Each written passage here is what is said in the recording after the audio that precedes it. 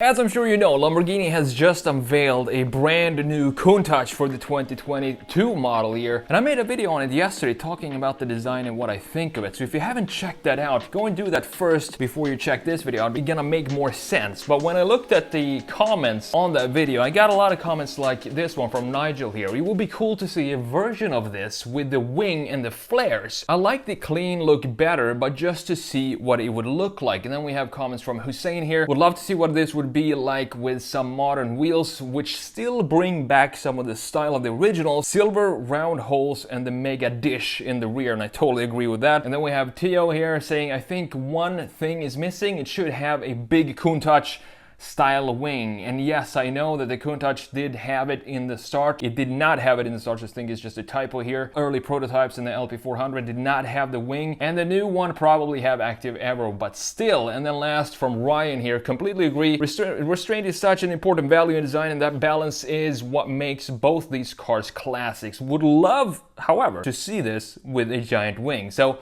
there is a common theme here if you think about it, and that is the wing. People want to see what this would look like with the wing, the new Countach. And I mean, who doesn't? I want to do that as well, and that's exactly what I'm gonna do here in this video. I want to talk about the history of Countach, the different designs when we go through the years. The Lamborghini Countach was produced from 1974 to 1990, 16 years of production. It's one of the many exotic designs developed by Italian design house Bertone, of course, and more specifically Marcello Gandini, which introduced this very sharp forward-sloping silhouette called the Italian wedge. Gandini was also, of course, responsible for the beautiful Miura, which compared to the Countach has a completely different design line, which is more smooth, more organic, a little bit more of an emotional, traditional Italian design to it, and in the line flow. And the Miura was, of course, a massive success when it first came out in 1966, and has since become one of the all-time great car designs, not just for Lamborghini here, but for car design in general. So following the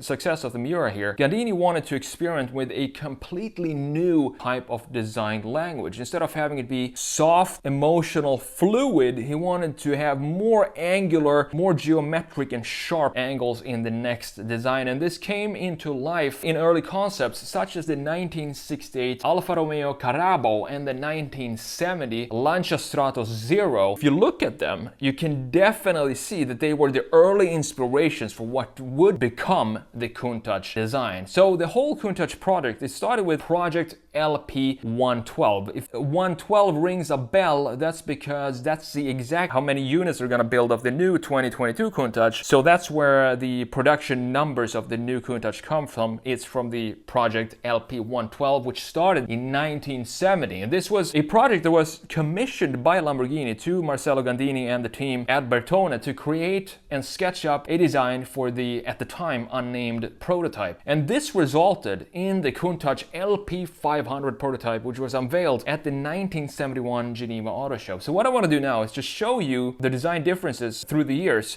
starting with the prototype up here, the LP500 from the Geneva Auto Show. And this is the first iteration of all different types of Countaches that were to come after this. They had some problems with this prototype. And the main problem here, the design was spot on according to Marcello Gandini, but the engineers had issues keeping the engine cool in the rear. As you can see, the only intake here that we can see are these louvers right here on the side, and this was nowhere near sufficient to cool the engine in the back. So as we go along here to the LP400, this is the first production version of the Countach. You can see that we have this box, traditional Countach air intake box here, and this air intake in the door, which I absolutely love, which you have on the F40 in the front here in the hood as well. You have this is typical for the 70s and 80s to have these type of shapes as air intakes. It's very industrial and one of my favorite shapes of air intakes throughout car design history. And then moving down, we have the LP400S. And if I were to pick a favorite, I think it's gonna have to be the LP400S. It's not the latest one, but it builds on the 400. And the thing is, this wing here, we now have this traditional Countach wing, which is not the most efficient wing. It dropped the top speed by about 10 miles per hour, and it was an option for the LP400S, but most customers decided to get it with the wing and I'm happy they did, because that to me just makes the Countach look so much more aggressive, the legendary, with this new package here. You can see the changes here from the LP400. The LP400, very clean design. It's still very close to the original concept up here, the LP500. They just made some tiny tweaks. It looks like they took the LP500 prototype, and then the engineer had a go at the design to try to solve this cooling issue, but they didn't really change a lot other than that on the car. You have a little bigger these lights down here. You still have the pop-up headlights, obviously, but these daytime running lights, or whatever they were called back then, they are a little bit wider than they are in the prototype here. But then this jump here from the 400 to the 400S, this is where it gets really interesting. Now you have the widest tires ever fitted to a production car of that time. You also have these massive flares here, which I think just makes it look like almost like a cartoon car, but it was also what made the Countach such a great design, a memorable design, is all of these pieces that they added onto the car with the 400S. And of course the wing here. You still have the same kind of air intakes up here, and I think this air intake is a little bigger than it was on the 400, because they still had some issues with keeping the engine cool in the rear. We have this front piece right here now added onto the car.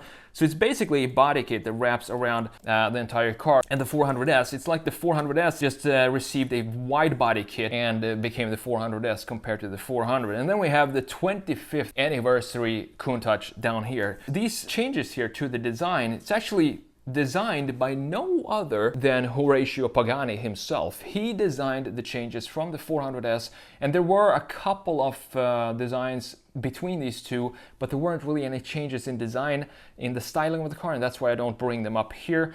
But the 25th anniversary definitely has a lot different pieces compared to the 400S. We now have these louvers here, which is almost inspired by the Ferrari Testarossa of the time, and I think that's what Mr. Pagani wanted to add to the Countach here as well. And you can see that one detail that I love about the 25th anniversary is the design now of the top shoulder, the bat air intakes in the rear. I think they look a lot more integrated now than they did in previous Countaches. Up here you almost have just an air box just stuck to the shoulder of the car, and this is a lot more of a beautiful integration in the overall design of the car. And we also have these more sophisticated wheel designs now. I think I'm going to take these and apply it to the new Countach and see how that is going to turn out. But just have a look at how deep this this wheel is right here. It's crazy how wide this tire is.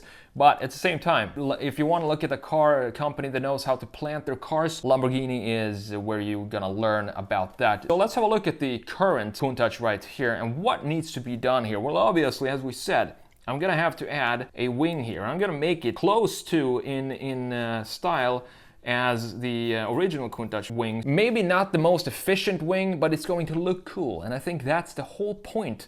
That's the whole philosophy of Countach from the beginning, is to make it look... The expression Countach is like holy crap in Italian, and that's exactly what the board of Lamborghini said when they first saw the sketches, and that's how the name came to be. So it's all about almost over-the-top styling when it comes to the Countach. So I'm gonna add the wing here, and I'm gonna add maybe some louvers down here to connect with these louvers right here. I think that could work. I'm not sure about the air intake in the side here. I really like how it looks. The reason for it, I think it looks great because it looks like it's integrated. It's part of the greenhouse design and shape. So we have this line going in to the intake right here, and then it goes up. And I wish it kinda went into this point right here. It sits a little too far forward to be part of this line flow right here, but still you can connect it this way, and we have a very cool graphic going on there. So I think we're gonna keep this intake as is and not bring back these type of designs that we have in the 80s right here. Even though I love the shape of these cars, I don't think it's going to suit a new version Countach. The biggest design change here is something that I showed in the yesterday's video on my second channel. Is I want to move down these headlights here. I think they sit a little too high. Now, all these changes are, of course, disregarding any sort of regulations that we have. I'm pretty sure they put it up this high because of regulations. The thing with the Countach design here is we have such a low front end here that they had to even remove the coolers or the intercoolers that sit inside here that we have on the Aventador and all the other modern day Lamborghinis. They had to remove them completely to be able to get this super low front end. And these coolers then were moved into the intake right here. That might have to do with the positioning of the headlights, but at the same time, I just want to bring it down a little further. It doesn't have to be much, just a couple of inches further, closer to the tip of the nose, and then have them be straight out. So we have similar to the original Countach's right here, we have almost horizontal lines like this. For a long time when I was a kid, I thought these were the headlights of the Countach, and it's kind of what made the face of the Countach to me, not the pop-up headlights. I rarely saw pictures of this with the pop-up headlights up. I wanted these to be resembled as the front headlights in the new one. So with that said, let's jump in here and let's see how this is going to turn out. So this is not going to be a very dramatic redesign for today's video. I just wanted to have some fun and bring in some retro-inspired looks. I'm actually going to take a wing from the LP400S and just smack it on here, and then I have to make sure that it suits the overall feeling of this scene here. So we have to kind of make it a little blue, tone it down, work a little bit with the contrast and the exposure to make it look like it actually fits this overall image here. I'm also going to have some fun and redesign the wing, make it somewhat more organic, specifically in the pieces that connects to the car in the rear. Want to have them be a little more organic in the shape, and that's gonna bring in some modern feeling to this wing. Otherwise, it might be just looking like it's a park bench sitting on top of a very otherwise modern looking car. We might play around with the side plates as well and the size of the side plates. On top of that, of course, I want to bring in the original or the 25th anniversary wheels here, because I honestly think they could work today if you just change the dimensions. A lot of Countach's has 15-inch wheels and very wide. So if we brought them back and made the 25th anniversary wheels, let's say 20s in the rear and 19s in the front or something like that, I think it could actually look very, very cool. But the biggest change here, as I said, is going to be in the front, and it has to do with the lights. I think it looks better with the lights sitting lower. Now I understand there are regulations, rules that you need to abide by when you build cars like this when they're going into production. So I think it's maybe not possible to do that. And since the hood, the tip of the nose is a lot lower than on your regular Aventador, this means that the positioning of the lamp of the headlamp needs to sit a little higher, and it's going to look maybe a little weird because now the headlight sits almost in. If you draw a line from the bottom of the hood up to the top, it sits almost right in the middle. So I want to have it be sitting a little lower. Not sure, as I said, if that's possible or not. But other than that, very quick redesign today, and I had a lot of fun doing this. Thanks for the comments on the first video from yesterday that gave me this idea to make this car here. Overall, it's just a fantastic looking design, the new 2022 Lamborghini Countach. I'm happy that Lamborghini decided to build it specifically. It's the 50th anniversary of the Countach, and I'm glad they just got the chance to build it before everything goes all electric. As you know, it has a 780 horsepower V12 and then just plopped in a little electric engine of 34 horsepower here and called it a hybrid, which I love as well. Thanks for watching, and I'll see you in the next video. Take care.